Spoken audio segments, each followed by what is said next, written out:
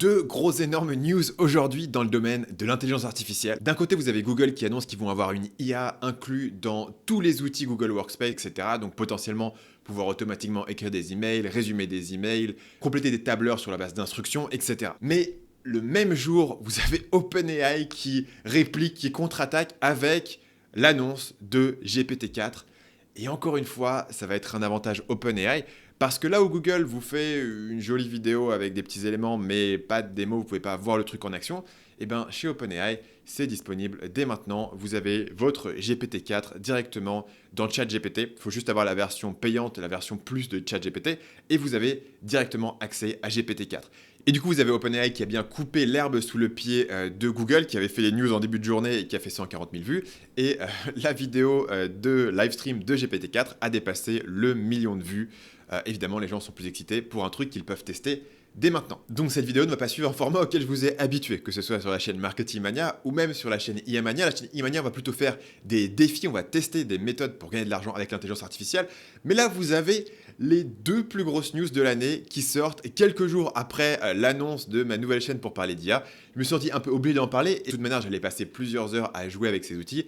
J'avais envie de vous en parler. Donc le gros titre, le gros claim bien juteux qui va servir de copywriting pour GPT-4, c'est que OpenAI a fait passer le test pour être avocat à ces différents modèles. Et là où ChatGPT, c'est-à-dire GPT 3.5, était dans les 10% les plus nuls, eh bien GPT-4 est meilleur que 90% des humains qui vont passer le test. C'est un chiffre qui est un petit peu trompeur dans la mesure où ils ont fait ce test sur différents examens et ils ont choisi de mettre dans le titre le plus efficace, celui où il y a le plus de transformations.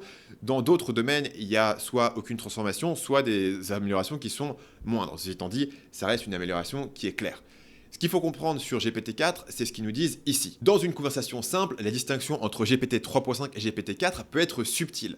La différence vient surtout quand la complexité de la tâche devient plus importante. GPT-4 est plus fiable, plus créatif et capable de gérer des instructions plus nuancées que GPT 3.5. Donc potentiellement, le passage vers GPT-4 va être quelque chose qui va affecter uniquement les utilisateurs les plus intensifs qui vont avoir des prompts très particuliers, qui vont avoir besoin de plus de contexte, qui vont avoir besoin de plus de créativité. La personne moyenne, potentiellement, qui fait des prompts assez simples, ne verra pas nécessairement la différence. Donc si vous êtes un utilisateur plus avancé, où se trouvera cette fameuse différence ? Il nous donne trois éléments clés ici. Le premier, c'est la créativité. GPT-4 est plus créatif et collaboratif, donc c'est quelque chose qu'on pourra tester par nous-mêmes. Le deuxième, et ça c'est celui qui m'intéresse le plus personnellement, c'est-à-dire plus de contexte. Potentiellement, sur certains documents, ils disent qu'on pourra donner jusqu'à 50 pages de texte sur un contexte pour un prompt. Et on a ici un autre exemple qui est qu'on donne le lien vers la page Wikipédia de Rihanna pour demander à GPT d'expliquer sa performance au Super Bowl. Ce qu'il faut noter, c'est que GPT, traditionnellement, ne serait pas capable de répondre à cette réponse, puisque ça a eu lieu après septembre ou décembre 2021, là où s'arrêterait son ensemble de données initiales. Donc ici, on lui propose un lien directement pour qu'il aille chercher sur Internet des informations. Le troisième élément, et ça c'est celui qui est le plus différent par rapport à ce qu'on a vu jusqu'ici sur GPT, c'est un input visuel. Ici, on montre une photo et on demande qu'est-ce que je peux faire avec ces ingrédients et le modèle va comprendre quels sont les éléments qui sont sur l'image, donc on va pouvoir détecter qu'on a des œufs, de la farine, etc. et proposer une recette.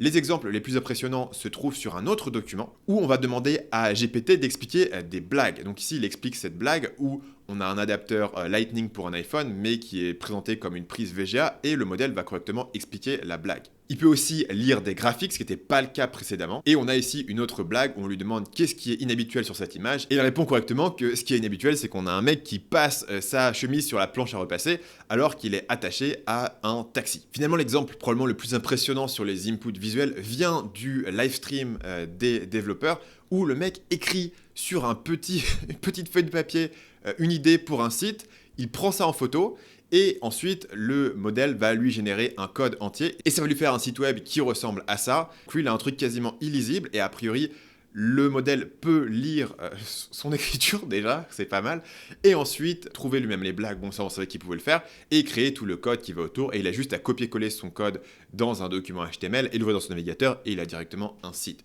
Donc là ça voudrait dire que je pourrais faire tout un tas de graphiques illisibles sur mon iPad comme je le fais habituellement, et envoyer ça comme input à ChatGPT en disant je sais pas la vidéo ça va faire ça, ça pourrait être assez incroyable. Mais voilà, même si je vous ai dit que en théorie GPT-4 est actuellement disponible dans ChatGPT, en fait la plupart des éléments que je vous ai présentés et qui ont été présentés par OpenAI sur GPT-4 ne sont pas disponibles actuellement. C'est-à-dire que vous ne pouvez pas avoir plus de contexte, vous pouvez pas poster 50 000 mots dans un prompt, vous pouvez pas avoir l'accès au web comme on l'a vu sur l'exemple avec la page Wikipédia de Rihanna, et vous pouvez pas avoir toutes ces fonctionnalités d'input visuel.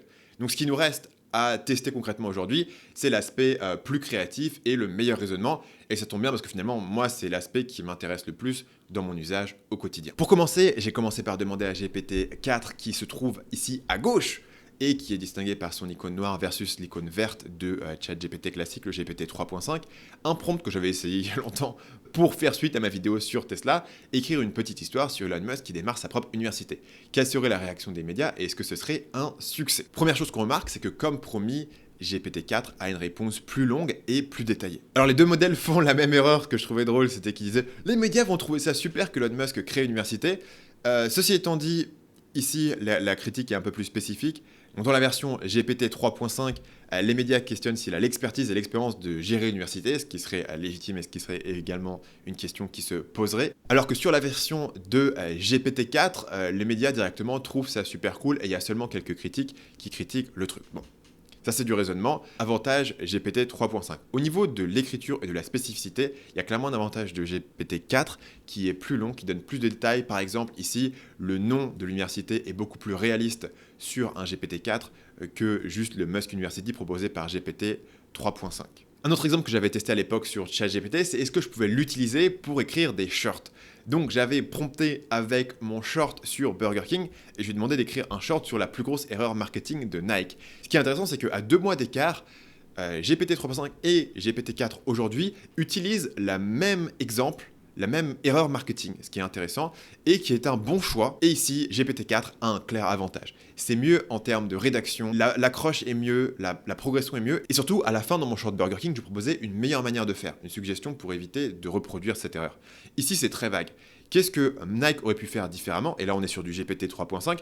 Ils auraient pu consulter des historiens ou des experts culturels avant de faire ça.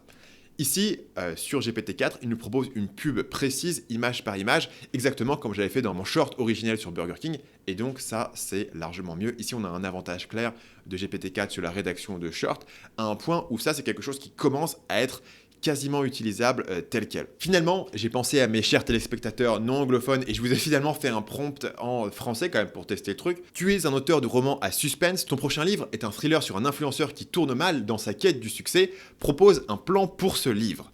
Donc, on a quelque chose qui est bien plus détaillé sur GPT-4, qui a un synopsis un peu plus court, mais qui explique ce qui se passe dans chaque chapitre. Donc, on a toute une histoire qui se déroule ici, là où GPT 3.5 a des chapitres qui veulent pas dire grand chose et on a un synopsis plus long mais assez vague. Au fil de sa quête effrénée de succès, elle se retrouve coincée dans un réseau de mensonges et de tromperies, c'est pas mal. Elle est tellement obnubilée par son image publique qu'elle ne réalise pas qu'elle est devenue une marionnette entre les mains d'un individu manipulateur qui tire les ficelles dans l'ombre. C'est-à-dire, qui est cet individu, pourquoi, qu'est-ce qui se passe, comment? Alors que la pression monte et que les enjeux augmentent, Camille est prise dans un piège mortel, elle doit trouver un moyen de sortir de cette situation avant qu'il ne soit trop tard, sinon elle risque de perdre tout ce qu'elle a construit. On n'a pas vraiment le dénouement, on ne sait pas ce qui se passe après. Ce qu'il faut noter, c'est que même ici sur GPT 3.5, si on creusait sur le prompt et on lui demandait d'itérer là-dessus, tous ces problèmes pourraient être résolus. Ce que je veux voir, c'est sur le même prompt, qu'est-ce que nous donne GPT-4, c'est déjà beaucoup mieux. Parce que déjà on a un titre sur le livre qui est beaucoup mieux, Influence fatale versus le piège de l'influente. Influence fatale, on pourrait imaginer un film qui s'appellerait comme ça. Dans un monde obsédé par les réseaux sociaux, un influenceur en quête de succès et de célébrité voit sa vie basculer lorsqu'il est prêt à tout pour atteindre la gloire. Au fil des pages suivant l'ascension et la chute de cet individu, dont les actes de plus en plus sombres et désespérés le conduisent à devenir la cible d'une enquête criminelle. Ce qui change ici, c'est qu'on a différents personnages qui sont introduits. On a Maxime, on a Léa qui est une influenceuse déjà célèbre, et finalement on a Laura qui découvre des preuves accablantes contre lui, qui fait une enquête sur lui. Donc il y a une personne qui va faire une enquête sur internet, un peu en mode Covidzilla, et trouver des preuves sur l'influenceur. Donc ici, l'histoire est juste mieux, il y a plus de rebondissements, il y a des hauts et des bas. Là, c'est beaucoup plus vague. J'ai également, pour creuser cette histoire de storytelling, demandé à GPT 3.5 et 4, d'écrire la scène la plus marquante dans chaque histoire. Dans ce cas-là, étonnamment, on a 3.5 qui nous fait un texte plus long que 4, mais la consigne est bien mieux respectée sur le 4. Donc, Ici, on a la confrontation de Camille, l'influenceuse, avec l'homme mystérieux, donc qui s'est pas embêté à lui donner un nom, ça reste l'homme mystérieux. Ici, la motivation des personnages est assez incohérente. Tout d'un coup, Camille, elle a plus envie d'être célèbre, et le mec dit « Tu es si intelligente, Camille, tu devrais le savoir. Tout ce que je voulais, c'était de te faire devenir célèbre, et tu es presque arrivé grâce à moi. » On ne sait pas pourquoi, quelle est la motivation de la personne. Et de l'autre côté, on a Camille qui nous dit « Célèbre? Vous appelez ça célèbre?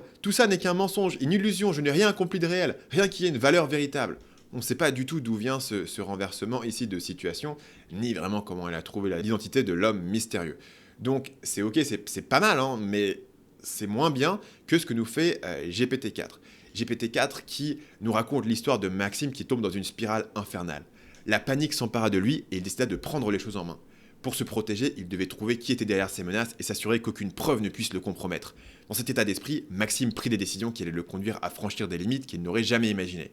Il commença par fouiller le passé de ses anciens partenaires, espérant dénicher des informations susceptibles de les discréditer. Il passa des heures à fouiller leurs profils, leurs publications, à la recherche de la moindre faille, du moindre secret honteux.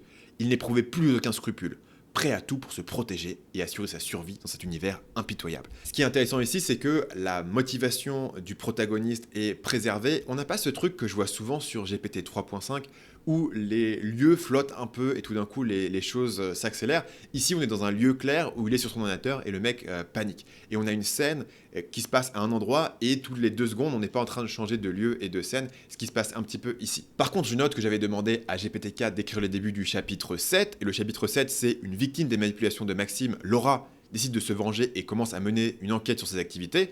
Il m'a écrit finalement le début du chapitre 6. Maxime commence à recevoir des menaces anonymes et devient paranoïaque. Donc, il s'est trompé de chapitre et il m'a pas écrit le chapitre exactement que je voulais.